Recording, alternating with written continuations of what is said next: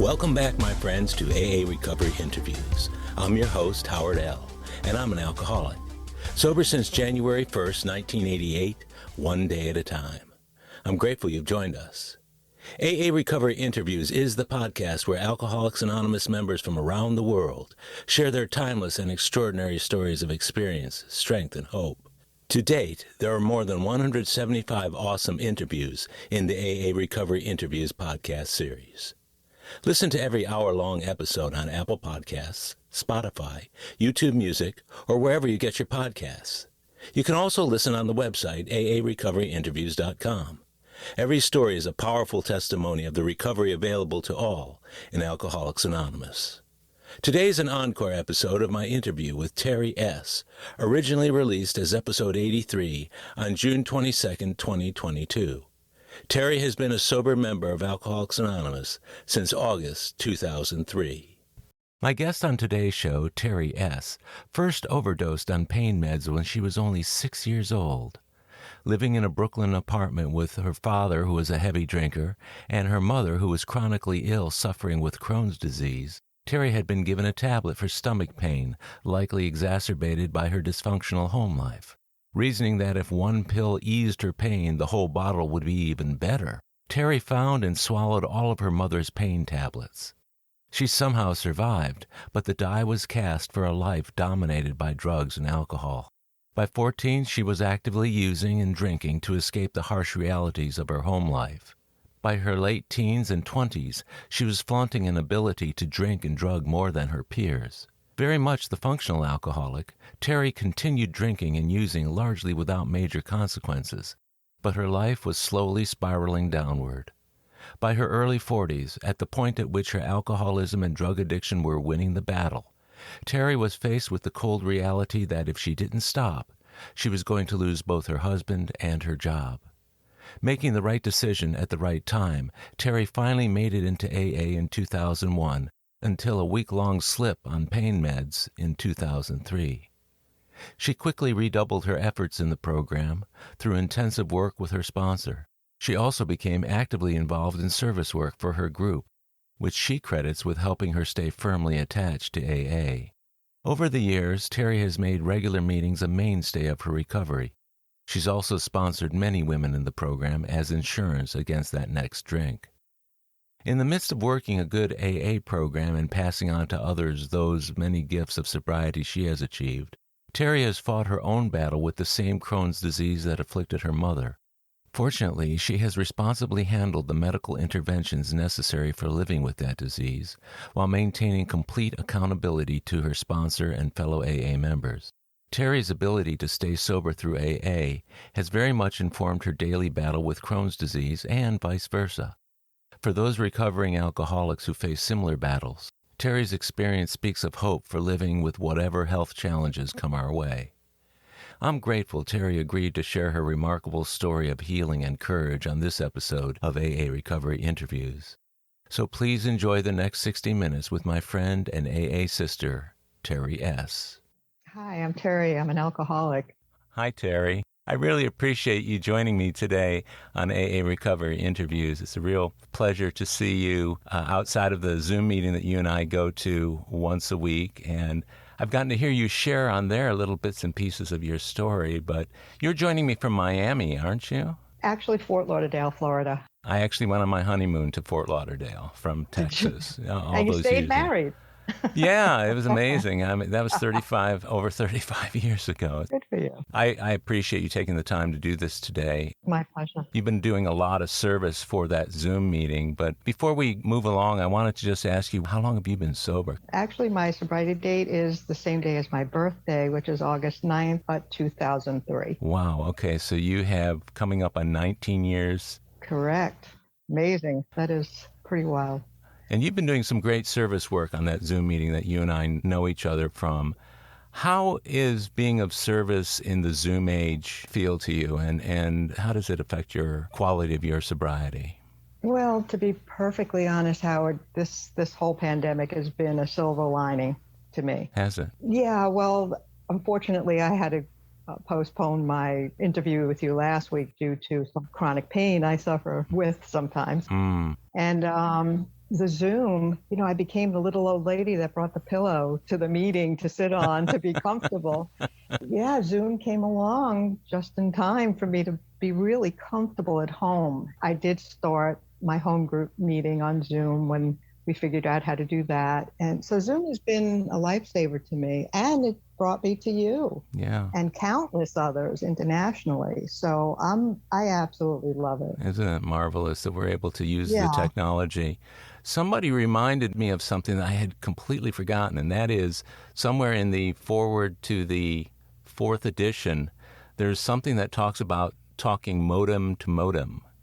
And it hadn't even occurred to me that the sort of things we've been doing with Zoom were already thought of back in 2001. Exactly. But I remember going to the international convention in San Antonio or Atlanta. They have a room there where the loners in AA via the computer. So Zoom wasn't new for AA, certainly. Now, do you go to fewer or more meetings now than you did before the pandemic? Right now, I'd say it's about the same. It's probably like 4 meetings a week, if not more, sometimes less. Are you getting out to live meetings? I went to 3 live meetings since the rooms did open up, and it was great. It was different, and I'm just much more comfortable at home. Mm-hmm. I really am, especially now that it's resurging with the pandemic. Who knows? I'm comfortable. Howard, I'm a loner who happens to love people. Uh-huh. So somebody pointed out a long time ago when we started this, and we would do FaceTime actually on Facebook before Zoom. Mm-hmm. They would say this is a virtual meeting. There's nothing virtual about this. This is live. There you are. I'm seeing you. We're here live. Yeah, we're communicating back and forth in real time, one-on-one, person to person. Yeah. Exactly. I have a pretty open attitude towards it. I go to 3 or 4 live meetings a week, but I also go to 3 or 4 Zoom meetings a week because these are people who I've gotten to know and love along the way. And it's always great to be able to interview them. In fact, I think I sent you the little list of all the people from that particular meeting that we go to. Great. And I'm not going to name the meeting because I don't want them to get overwhelmed in case people want to go to that.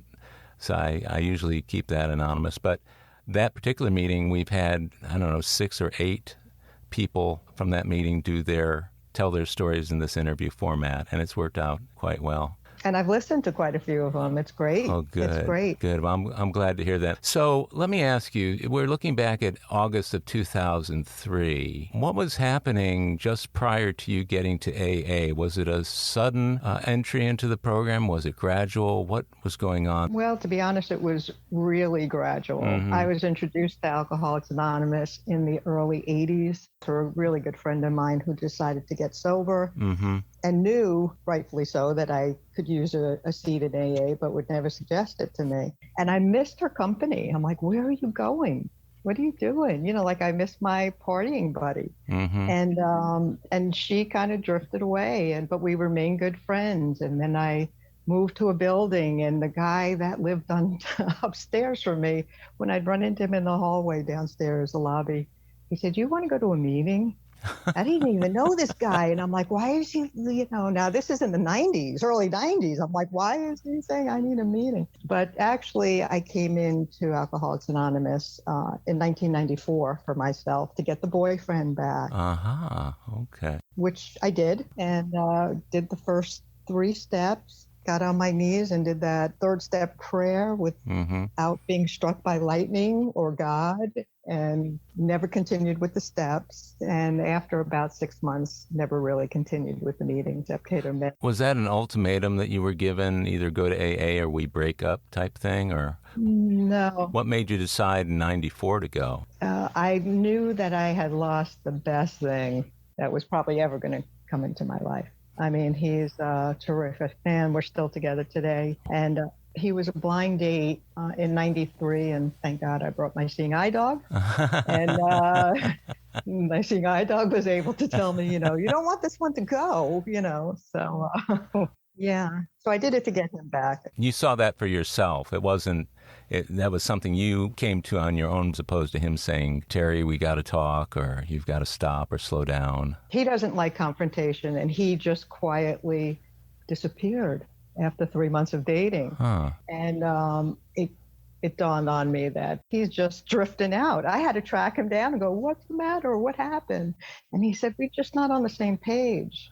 And that's when I called that guy that lived upstairs and said, I'm ready to go to that meeting. Now, this is in 1994 that you're talking about, right? Yes, correct. Mm-hmm. So, looking back, did you perceive your behavior as an alcoholic or maybe a problem drinker or a heavy drinker? Did you perceive that at the time that you went into AA in 94, or were you going in simply because you thought it was the best way to get him back? I think a little of both. Uh-huh. It was already not working anymore by the time of my incomprehensible demoralization. I was taking an enormous amount of OxyContin, and that was just to stop shaking. Mm-hmm. That hadn't arisen yet when I first got sober in 94 to get him back and to maybe curtail my drinking or drug using. But I did stay with the program. I stayed completely dry. I say dry because I didn't continue with the steps or sponsor for about 14 months. Wow. And we were together on a beautiful day in Coconut Grove, rollerblading for the first time ever. Sky was incredibly blue and having a great morning. And we decided to stop for lunch in the Grove. And I opened up the menu. And on the left-hand side of the menu are drinks, but they're called painkillers. 1, 2, or 3. And I looked across the table at him, and I'm having a great day. Yeah. I wanted to get better. And I said, you know, honey, I could really use a painkiller number 3. And what does he say? He's not one of us. Honey, you've been good. Have one. And I downed 2 of those, and within a matter of 15 minutes, it became like he was Charlie Brown. Wah, wah, wah, wah, wah. His lips were moving, and all I could hear in the background was, okay, what did Alcoholics Anonymous do to me? I didn't even feel that. I just drank 2 drinks and I'm not even buzzed. Yeah, that's how my thinking went for the rest of the day. So in the 14 months that you had been around AA, you'd been dry. It doesn't sound like you were participating very much in the program or doing much of the work. No. I was not doing service. I was not, it was more of a social thing when I'd show up. Yeah, I get that. But yet, even if all you did was just go to meetings and didn't do much of anything else, you'd still be hearing the message over and over and over again in meetings and from people you hang out with. You know, it's that first drink. Stay away from that first drink. As you were reaching for that painkiller number 3, what crossed your mind? I probably should not be doing this. Uh-huh. That's what crossed my mind. But I had none of that foundation that we hear of building in AA. I may have had a leg, maybe even 2 legs, but that triangle just was not there. And I had no tools in my pocket to stop me. That mental obsession, you know, the desire kicked in, and then the mental obsession and compulsion got out of control. Within days, I was asking my neighbor for a painkiller for this or that. And that led to a 7-year relapse. 7 years, yeah. I struggled to get back in. I just was out there. I shouldn't say I struggled to get back in until I really hit that incomprehensible demoralization and called to work in a blackout. And this was 2001 in May, that I'm really sick and I need help. Couldn't stop. Yeah, as in I can't stop drinking or using. Right. Of course, in those days, most HR departments and EAPs were pretty circumspect about working with people who had drug and alcohol problems. That was kind of the heyday of treatment centers and everything else. Did you go to treatment after that? I did wind up in a 4-day detox because that's all my insurance would cover. Oh, wow. But I really, I was managing a chiropractic office at the time. We did have an internist working with us at the time. And again, I came to work in a blackout, basically called work about an hour later because that's how long I lasted on a Monday. And I said, I'm in trouble. I need help. And a girl called me back and said, and I didn't even like her. She always got things done in the office, and I didn't like that. Yeah, I get it. I was like, how do you do that? How do you get that done, finished, completed? But she offered to take me to the hospital. Yeah, and that miracle started happening when I wound up in that detox. So you detoxed for 4 days, and what was the next step you took after the detox? Right back to that same group I went to in 1994. Now they had moved from the end of the street to the middle of the strip mall, but they were still there. And I got there early because I do like to show up early. And there were no cars in the parking lot at first. And mind you, I'm 30 pounds lighter than I am today, pretty thin, and could barely stand up. The door was open, the circles and the triangle were on the window. And I said, what happened? There's no more alcoholics here? And there was a guy painting the 3 men in the bed on the wall, the mural. Yeah. And he took one look at me, and he saw like the deer in the headlight look, and he said, don't worry, you're in the right place. And he sat me down, he made me a cup of coffee, made me feel at home. And I didn't even question. I just felt safe being there. It was like my shoulders came down and I'm like, okay. I didn't even start to go, where is everybody? But I just felt comfortable sitting there. What happened was I arrived a half hour early before the meeting started. Yeah, and most people don't show up till 10 or 5 minutes before the meeting actually starts. Right. Which never made sense to me. I always enjoyed the fellowship so much that I like to get to meetings early. Me too. So that was in 2001 that you found yourself back in AA. How did you feel about going back to AA? Was there a sense of having been beaten, or did you feel desperation? What were your feelings around going back? To be perfectly honest, Howard, I felt such relief. I felt such relief. I felt hope for the first time, which I always heard around the message of Alcoholics Anonymous. I mean, I remember hearing the laughter of people telling me their horrific stories and then going to Lums and having coffee and laughing about it after. I want to get to where they are, where they could laugh about what I've just been through. So there was a lot of hope, and there was a lot of, thank God this monkey is off my back, because by the time I did get back to the rooms, the obsession had been lifted. And when I got to that meeting, the guy who set me up with the coffee, he indicated to the first woman that walked into that room, why don't you go sit next to her? She's new. And that was unbeknownst to me. She had white hair, these piercing blue eyes, seemed to be my age. And I knew I needed some spiritual guidance, because I was this person without a God. I had a belief in something. I considered myself agnostic always. And this time I was going to be a real willing agnostic. And I kept tugging at her shoulder during the meeting. Would you sponsor me? Just her look. By her look alone, will you sponsor me? And then she finally said yes. And then after the meeting, she asked me those 3 questions. She said, have you had enough? And I said, absolutely. She said, are you willing to take suggestions? And I said, most definitely. And then she said, how do you feel about God? And I went, 2 out of 3 is not bad, is it? And she didn't laugh, but she immediately said to me, what's your favorite color? And I said, blue. She goes, well, just for today, anytime you see the color blue, you'll know God's with you. And again, my shoulders came down and I was like, that's it? And she said, just for today, Terri, that's it. That's all you have to believe. And I started driving home from I get chills every time I keep that, because unfortunately she did pass away from cancer. And she gave me that blue God of my understanding that worked for a really long time. Isn't it amazing how a good sponsor can turn you completely around? That's such a beautiful thing to say, too. Imagine anytime you see the color blue, that's God in the room or in your environment.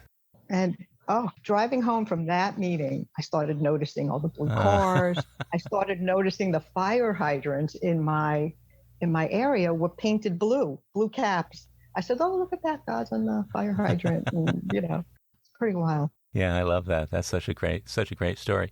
So this is 2001 you came back, but you mentioned that your sobriety date is actually in August of 2003. Correct. So what went on in the 2 years in between you coming back and the obsession being lifted and the need to come back in 2003? Well, I was on that proverbial pink cloud of AA. I was immersed in my meeting. I was dragged into service unwillingly, but I did it anyway. And I had a flare-up with my Crohn's, and I was in severe pain. And my doctor, knowing that I was in recovery, was kind of insistent that I take some pain meds along with prednisone, which is miracle drug, Yeah. but the side effects will kill you. My mother always used to say. And my mother did pass away from Crohn's related illness at 52. Mm-hmm. So I was always battling with that. What am I going to do about this? But he was going to put me in the hospital if I did not take these painkillers and have me hooked up. Uh-huh. So I went home on this pink cloud and I get the prescription. My sponsor offered to hold them. And I'm like, no, I'm good. I'm good. And my boyfriend offered to hold them. I'm like, I'm really good. But you know, Howard, I'm an alcoholic and an addict. Yeah. And I looked at the label and it said take 1 to 2 every 4 hours. And being such a good alcoholic, I took 2 immediately. Yeah, why not? Yeah, sure. And Yeah. within a matter of 4 hours, within a matter of 15 minutes, I should say, I'm looking at my watch going, is it 4 hours yet? And within a day, I was taking them as wanted instead of as prescribed. And those were your recreational drug of choice, weren't they? Along the lines of that, yes. Yeah. Mm-hmm. So how far into your first stint at sobriety there, well, not counting the early 90s, but let's say in 2001, how long after you came back did that occur that you slipped? 2 years, right after the 2-year mark. So right after the 2-year mark, you came back. I got struck with pain Oh, my. in 2003. Uh-huh. So that's my sponsor knew that I was going to have to pick up another white chip, the fellowship that I was in. My group members knew, but because of the way I looked on the medication with the prednisone, you know, being extremely puffy, Yeah. they would come up to me and say, oh, don't worry, Terri, this is medically necessary. And I said, you know, I know what I'm doing is wrong. You know, I have no problem picking up a new, starting my day over. Mm-hmm. And my birthday was rolling around. And I said, you know what? I may have gotten sober a day before or so my birthday, but I said, let's pick up a white chip on my birthday. And it's been the best gift I've ever given myself or received. Yeah, that is a beautiful gift. So if we rewind a little bit, what was going on in your early life, let's say in your family of origin, that paved the way for you to become a alcoholic/addict? Good question. Where it always starts, isn't it? What I hear mostly in the rooms anyway. I'm the youngest of 3, middle class family, Brooklyn, New York, Jewish. I always say it's not my fault. I was just born that way. You know, In Brooklyn and Jewish, I get it. Yeah, it's not my fault. I was just born that way. And look, because I don't know which came first, the alcoholism, the depression, the Jewish guilt, who knows? Yeah. And my father drank heavily and my mother took pills heavily. As a matter of fact, I had my first overdose when I was 6 years old. 6 years old. Yes. My mother gave me this magic little pill which stopped my stomach from hurting because I had diarrhea, and she had Crohn. Mm-hmm.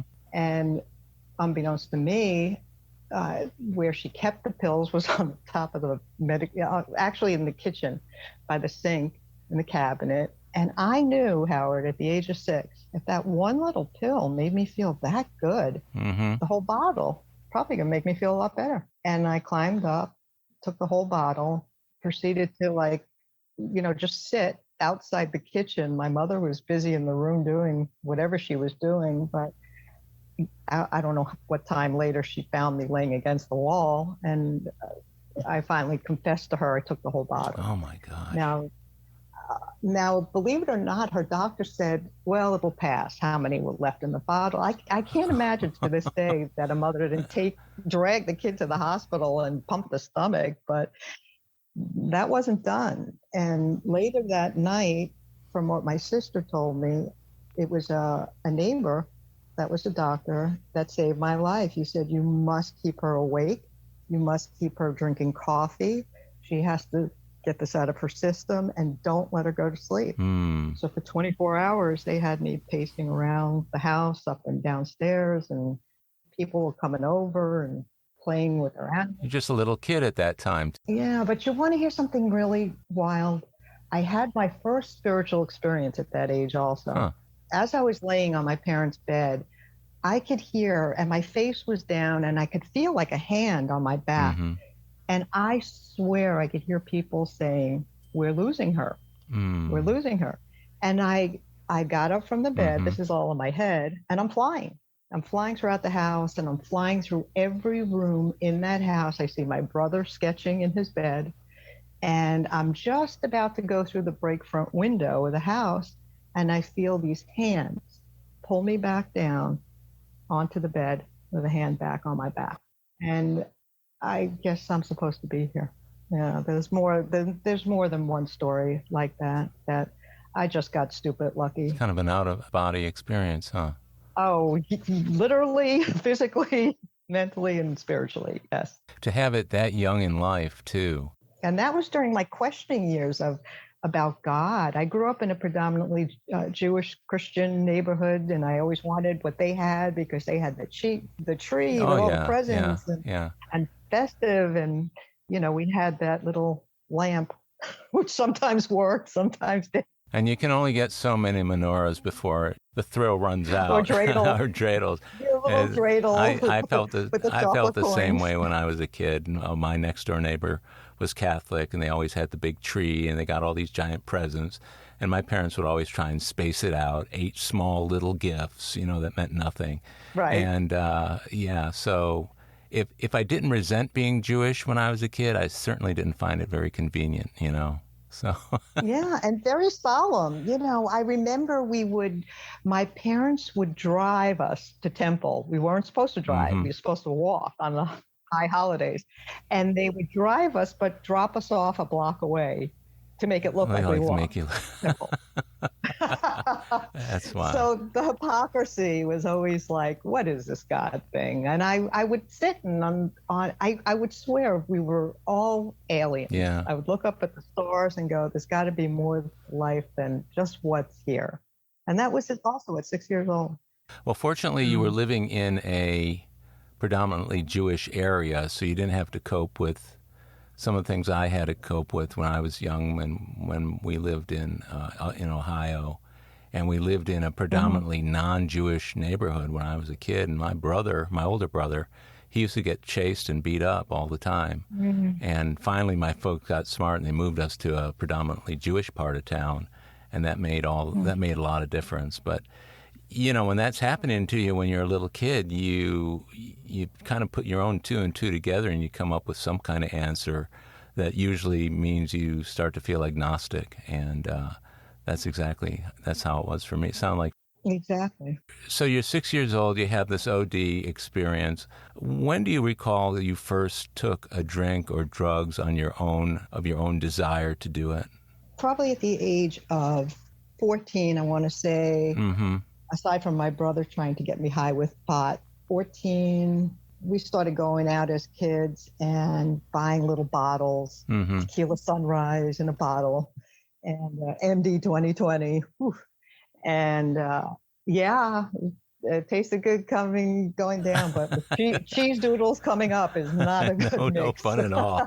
Purple and orange is not a good That's mix. terrible. And and I would come home with my head spinning and oh, when are we going to do that again? And I was always the one in my group of friends who was experimental. I knew I just never wanted to stop. But back then I'm in school and I'm at my parents' home, so it's only the weekends or, whenever anybody else was willing to party. Left to my own devices, which I was quite often, I did hit my parents, especially my mother's pill cabinet, growing older. But you were the one in your group that would be willing to experiment. Does that mean experiment with different drugs, like beyond pot to like cocaine or LSD or that sort of thing? All of it. The only thing I've never done is heroin. I shouldn't say that I smoked heroin. I never shot up heroin. I have done everything. And every time I've done it, it's been to excess. Did consequences begin immediately whenever it was that you started doing that, or were they delayed in coming till some big event happened? Howard, knowing what I know today about living a well-examined life, it wasn't so much the physical consequences is when I say, I didn't work for a person I didn't steal from, whether it was money from them, merchandise, time from showing up sick. But the actual, as far as car wrecks and all that, probably came along in my teens, 20s. Yeah, life experiences of like, how stupid lucky, how did I get out of this? I never wound up in jail. How did you get through school? Were you a good student? If grades were counted by how many days you showed up at school, I never would have graduated. and I graduated without reading a book, cover to cover. Yeah. Top third of my school. As a matter of fact, we had the SATs because some yeshiva boy stole them from Albany and started selling them. And I had the copies and got caught. And I did get brought down at the age of 16 to the Brooklyn DA's office. Oh, my goodness. Yeah, that was pretty scary.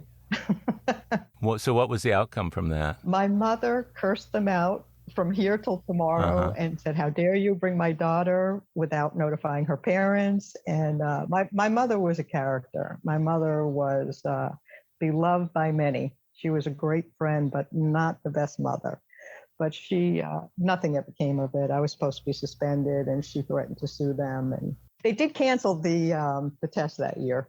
So were your parents involved in your life while you were doing all of this, or were you kind of staying out of contact with them at home and other places? My childhood was pretty much about my brother, who was a middle child, manic depressive, gay, suicidal, and my mother always trying to fix him. And we're all exactly 4 years apart. So I lived in my sister's room with my sister, who really didn't want to be bothered by a little sister. So we weren't close. Sure. The closest one I was to my brother, but he was kind of not mentally there most of the time. And so when I say I was left to my own devices as a kid, like I don't remember one parent asking me if my homework was ever done. What do you want to do when you grow up? What do you want to be? Oh, you're so good at that. Oh, you're so pretty. Like no encouragement with anything. So I had no ambitions as a kid to do anything. I really didn't. That's the kind of wiring, the hard wiring that I always talk about we get when we're young, too young to be able to resist. I have very much the same kind of story, although my family involved a lot of physical and, a lot of yelling and that sort of thing. Sounds like you had some issues with that as well. I did. And one way it came out was with the Crohn's. When you stuff everything and you want to be that good kid because you don't want to rock the boat in the house, and they have too many other things. My dad wound up losing all of his money and was embezzling from the company, and that's how we wound up here in Florida. By the way, it's like we sold the house and had to get out of town, kind of thing. But no, actually, my parents' friends, they're good graces, and my grandmother, they schlepped my grandmother down to Florida to help pay for the rent, and we wound up in a 3-bedroom apartment. And again, my mom was sick half the time. My dad was with a drink. What am I going to do? And I'm just like, get me out of here. And running with the fast crowd. It was the cocaine 80s and Quaaludes, drinking. Oh my God, nightclubs, and then coming home and being very solemn. I ran away from home during that period when she was very sick, the last year of her life, and for about 3 months. But then came back. But just couldn't take it anymore, huh?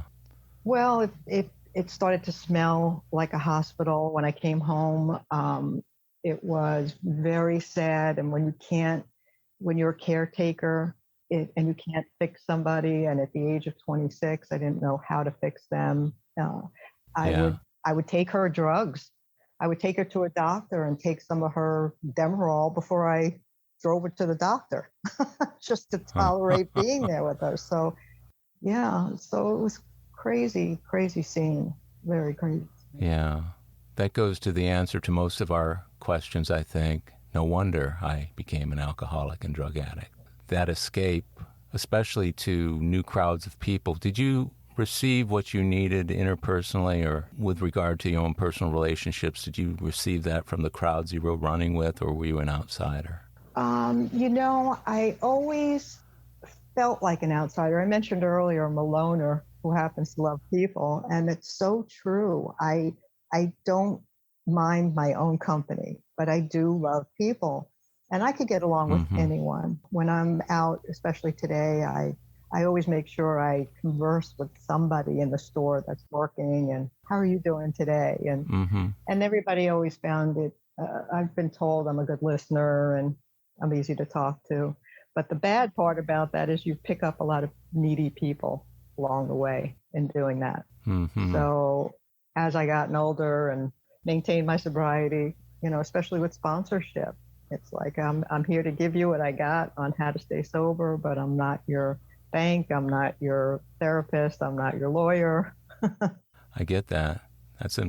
Those are important boundaries and lines to draw too, especially when we're talking about some of the neediness that shows up in the program amongst people we know. So you told me about the period between teenage and 26, which is about the time your mom was really sick before she passed away. Did you go on to school after high school, or did you just move on with your life? Well, considering we had just moved from Brooklyn down to Florida, and I was working in the garment center before we did that, and basically came down here and I was like, well, this doesn't suck.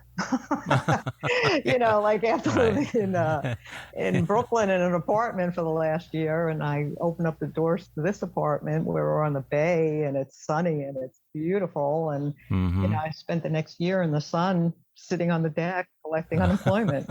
And great. yeah, I always drifted from job to job until they caught on to whether I stealing from them, whether I quit before they caught on. I worked in so many retail stores, a lot of doctors, and there was a really scary time where I was calling in my own prescriptions. Yeah, again, I should have been in federal jail. So you were one of those who didn't get caught, Right. who somebody somewhere is doing your time. Exactly. Because they did and you didn't. Exactly. Mm-hmm. We'll be right back. My friends, if you're enjoying my AA Recovery Interviews podcast, check out my latest audiobook, Alcoholics Anonymous, the story of how more than 100 men have recovered from alcoholism. This is the word-for-word, cover-to-cover reading of the first printing of the first edition of the Big Book, published in 1939. It's a relaxing and meaningful way to listen to the Big Book anytime, any place. Have a free listen at Audible, Amazon, or iTunes. While you're there, enhance your program with another audiobook I produced, Lost Stories of the Big Book, 30 original stories missing from the third and fourth editions of Alcoholics Anonymous. It's an engaging audiobook that brings these stories to life for AA members who've never seen them. These timeless testimonials were originally cut to make room for newer stories in the third and fourth editions. But their vitally important messages of hope are as meaningful today as when they were first published. Many listeners will hear these stories for the very first time. Listen to a free sample of Lost Stories of the Big Book on Audible, Amazon, or iTunes. It's also available as a Kindle book or in paperback from Amazon if you'd like to read along. You're gonna love it. And we're back. Were you a functional alcoholic? It sounds to me like you must have had to be if you could steal and not get caught. But would you consider yourself a functional alcoholic drug addict? Absolutely. Until that blackout in 2001. That makes it really difficult, I think, because I was the same way. I was functional. And so nobody calls you on any of your issues. And as long as you show up and do a reasonable job, nobody's too concerned. But it also means that bottom that you got to hit before you get into recovery is sometimes a longer way off. Did you find that to be the case as well? Absolutely. I mean, and especially when you're likable. If people like you, Yeah, and you right. make them laugh and they love having you around, they really look over a lot of the misbehaviors and stuff. And actually, my boss, the chiropractor, when I would sit in his office and cry, he goes, "What's wrong with you?" He goes, "You're beautiful. People love you. You got everything going for you. What's going on?" I mean, did I tell him I'm drinking every day and I'm abusing drugs all the time? No. Just, poor me.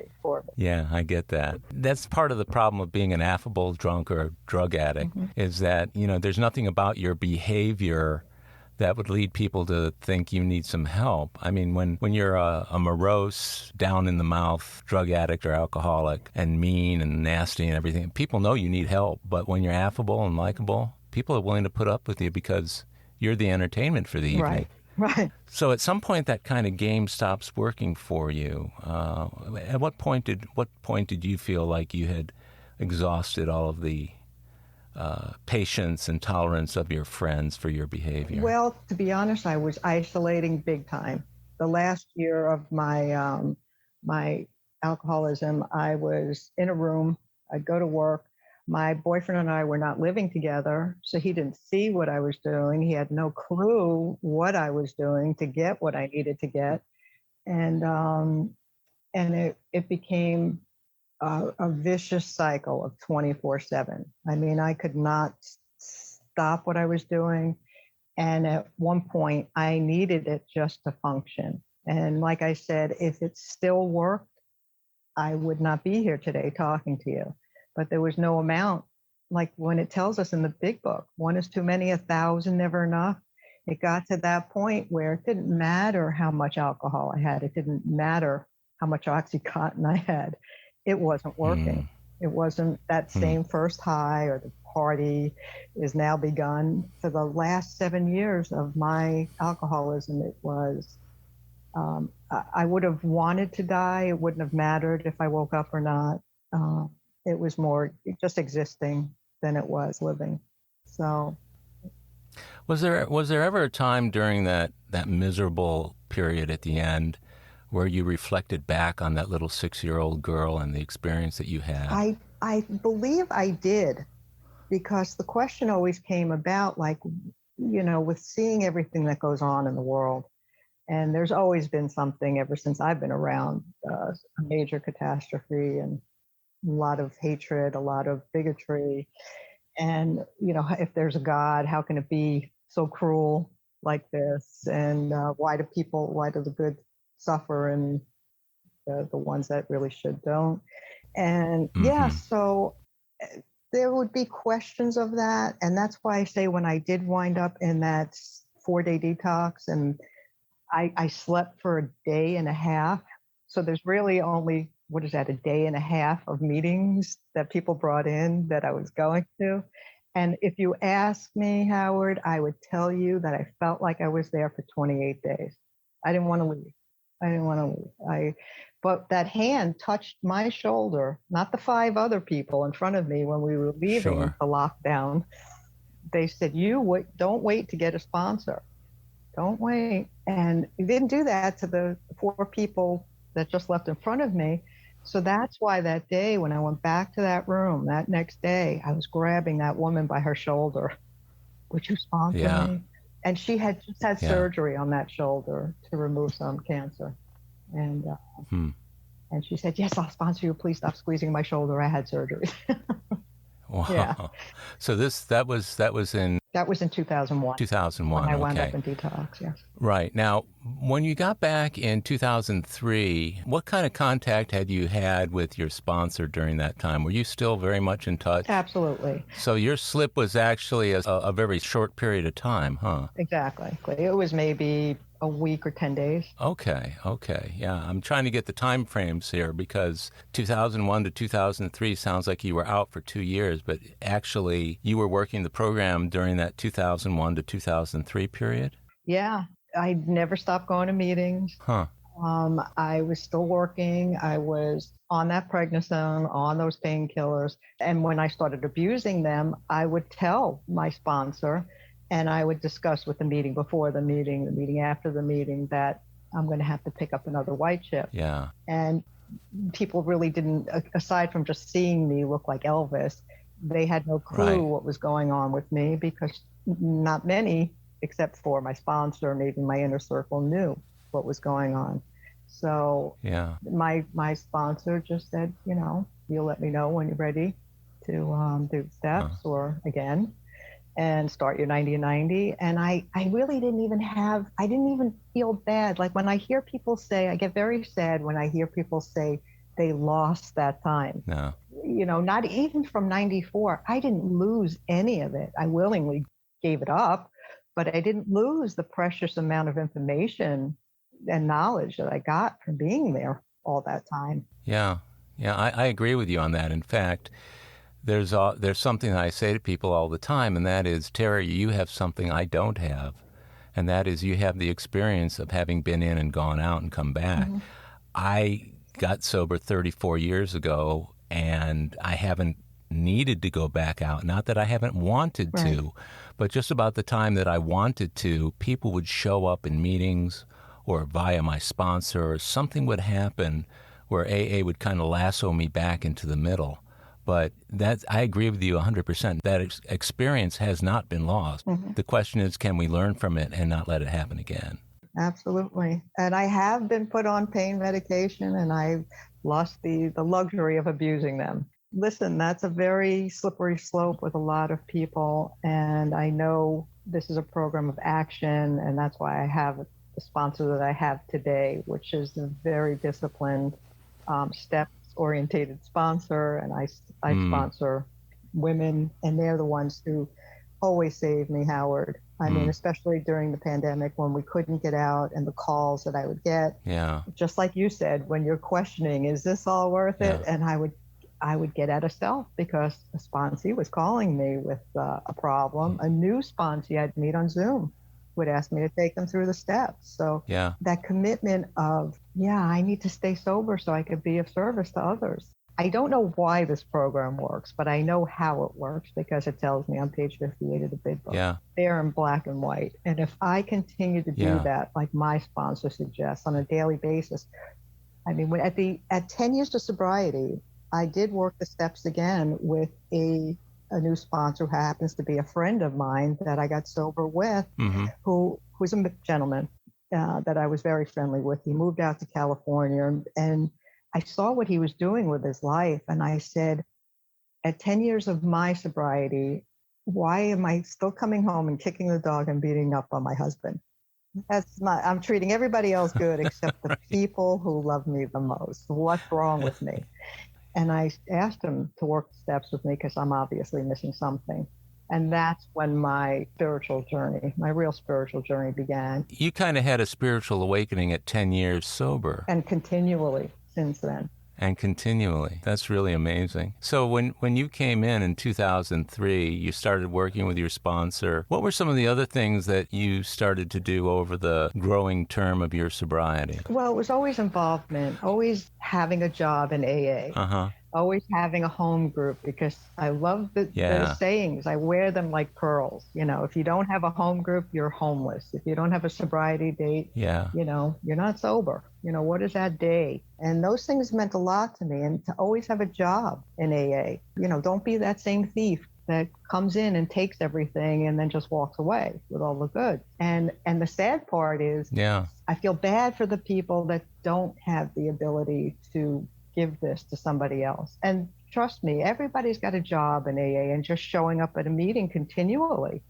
is bringing something. It's showing somebody that, hey, it works. They're still here. I always insist with the men that I sponsor that they sponsor other men or find some kind of service orientation, whether it's being on the CFC committees or being a treasurer, doing whatever they do, even setting up the chairs. It's like you said, it ties you in a different way to the program. It gives you different type of accountability. Absolutely. You're accountable to the group, and I may feel like drinking, but wait, I got to make the coffee tonight. Now, you mentioned earlier something that I wanted to ask you about. You mentioned that when you were working while you were still active in your disease, that you did an awful lot of stealing and other things from employers. Did you have an extraordinarily large 8-step list? And what was that like, making amends for some of the things that you had done when you were in your cups? Until I hit that 10th year, I went back and worked the steps again, like I was a newcomer, is when I seriously looked at that 8th step and 9th step and said, okay, there's some more amends I need to make, especially financially. I remember going with a check in hand to my last boss, who was the chiropractor, and it was a large sum of money. And I said, you know, I just want you to have this back. You know, they were loans, and he took the check, but he said, I'm not going to cash it. But I needed to be willing to let that money go. And then there were times I I've been bankrupt twice, and once before I got sober and once during. And that was again at that 10th year of sobriety. Mm-hmm. Now, this is how important it was for me to have a home group. When I moved from North Miami to Fort Lauderdale, it was like moving to another country. You know, don't these people know who I am? Why isn't anybody coming over to me? And I'd show up at meetings early, and there would be this clique and that clique. And after the meeting, you know, I organized bowling, you know, once a month at my old home group. And I would go to the meeting early to try and fit in, and then I would stick around after, and there would be these different cliques. And I remember coming out of this one home group or group, I needed to find a home group and get a job.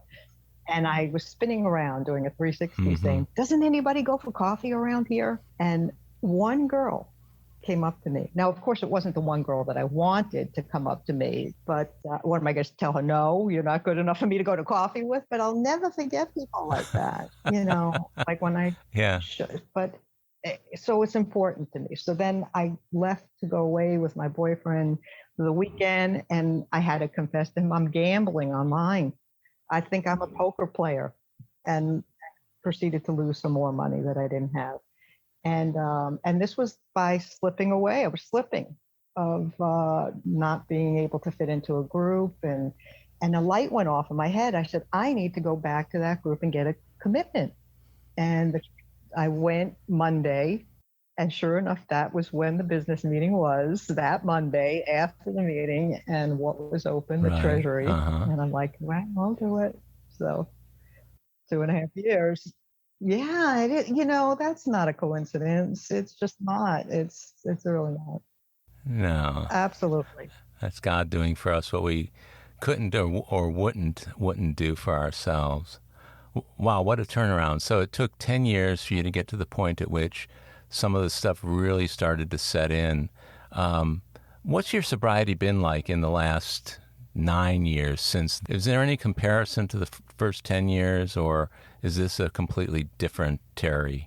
I'm hoping that it's a different Terri, less consumed with self, more consumed with giving back and making somebody else happy, bringing a smile to somebody else, being of service that way. But also being good to myself, and spend a lot of time in meditation and being okay with the limitations I have because of the chronic pain that I have. How old were you when you first got diagnosed with the Crohn's? I was married to my first husband, and I was probably about 30. I always had problems with my stomach as a kid. They diagnosed me with IBS, and then it was colitis, and then they couldn't figure out if it was colitis or Crohn's. Now, watching what my mother had gone through when they did diagnose me with Crohn's, I wanted to throw myself off the terrace right then and there. I was not going to go through what she went through.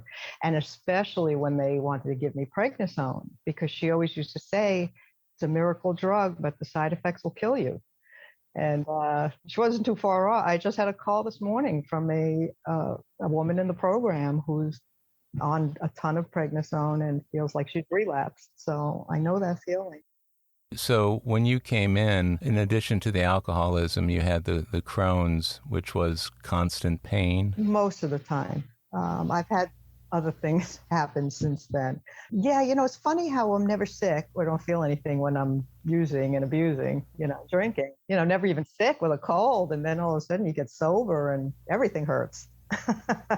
Sounds like you and I have a lot in common, especially with the kind of heritage that we come from. I think there's a lot of that innate guilt and shame that just goes with the territory. How do you deal with self-defeating talk? Do you ever have that? Oh, I used to. How did you deal with that? That, if I say in the last especially 5 years, has been the biggest benefit of all to me. I mean, growing up with the household that I had and not a supportive family or sister or brother, and you know, that self-esteem issue. You know, I heard a woman say in a meeting once, I felt prettier, wittier, and kittier when I drank. And I said, that's it. That's me. You know, I get that. And when you don't have that anymore, you know, now what? I never had a lot of ambitions to do anything in life. I mean, and I had somebody push me into my jewelry business. I didn't want to be there. I didn't want to micromanage anybody working for me. was bad enough if I had to work for you. Uh-huh. So that self-defeatist attitude and that self-pity was a big part of my life. And that's what caused most Yeah. of my depressing days. Now, since I've worked those steps again, I never knew there was an 11-step morning prayer that said, God, direct my thinking. Let it be divorced of self-pity, self-seeking, dishonest Right. motives, fear. So whenever I feel that self-pity come up, I immediately turn it to gratitude and how grateful I am for the life that I lead today. And I look around me and I say, Howard, this is just the best gift that any one of us could receive. And it's taught me so much about myself and to love myself Oh, so I yeah. could better love others and be okay with whatever Yeah. I get done. Everything could wait. I'll kind of sum it up with one of my all-time favorite stories I heard. And believe it or not, I think somebody shared it at the meeting that we went to, where his sponsor Uh-huh. was visiting somebody who was in hospice and dying.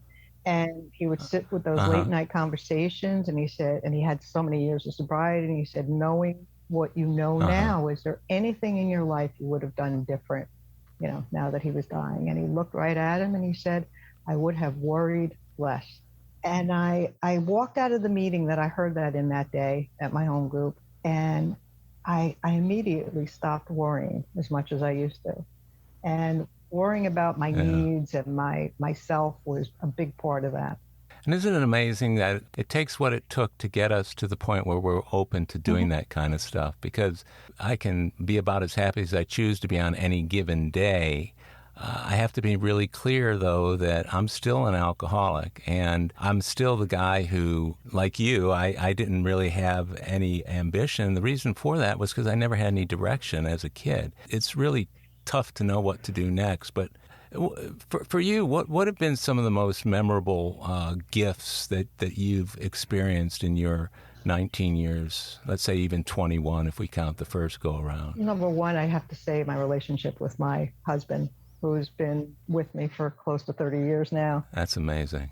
Yeah, I'm telling you, that blind dog, that seeing eye dog really came in handy that day. It really did. Thank you, God. And That's great. yeah, and just being able to appreciate all the people in my life, and especially the ones who get me and know my limitations, and that any minute, and I really appreciate that about you, Howard, when I said, would you mind if I postpone this? And you didn't even hesitate to say, please, no problem. And those are the people that I seek out today, that understand my situation, and I have limitations, but I am a loyal Leo. And once you got me as a friend, that's it. But I really do appreciate everything in my life, everything. And that just, every time I get to sponsor somebody new, every time I get a call from a sponsee that says, you have no idea how much you've helped me, and it makes me feel that's all I needed to achieve in my life. That made my life worth being here. Two things that I'd like to ask my guests. The first question is, if you could go back with what you know today, if you could go back to Terri in the past, which Terri would you go back to share with her what you've learned that might have changed her life had she heard it at that age? What age would that have been, and what would you have told her? Probably would have been during the high school days of you're so talented, you're so good, you're so worthy of all good things, and maybe to help, and sometimes to even think about those questions. I'm just grateful to be in today. I really don't even kind of ruminate about if anything was miserable in the past. I've forgiven my past. I heard Oprah say once that forgiveness is giving up the idea of a better past. That the past could have been any different than what it already was. Yeah, so I've forgiven the past, my parents, my siblings, and it is the way it is. One of my guests said, and I love this, but he said, I'd go back to the 5-year-old version of me, and the first thing I'd do is I'd give him a big hug. Aw, yeah, we didn't do that in my family. Yeah. Yeah, mine neither. And I've had to find that, and I found it and more in AA.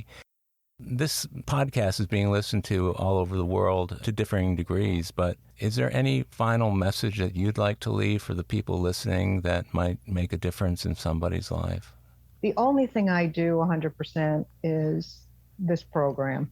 It really is. It's living, which for me is living in 10, 11, and 12. I do a daily inventory and just to put the bat down.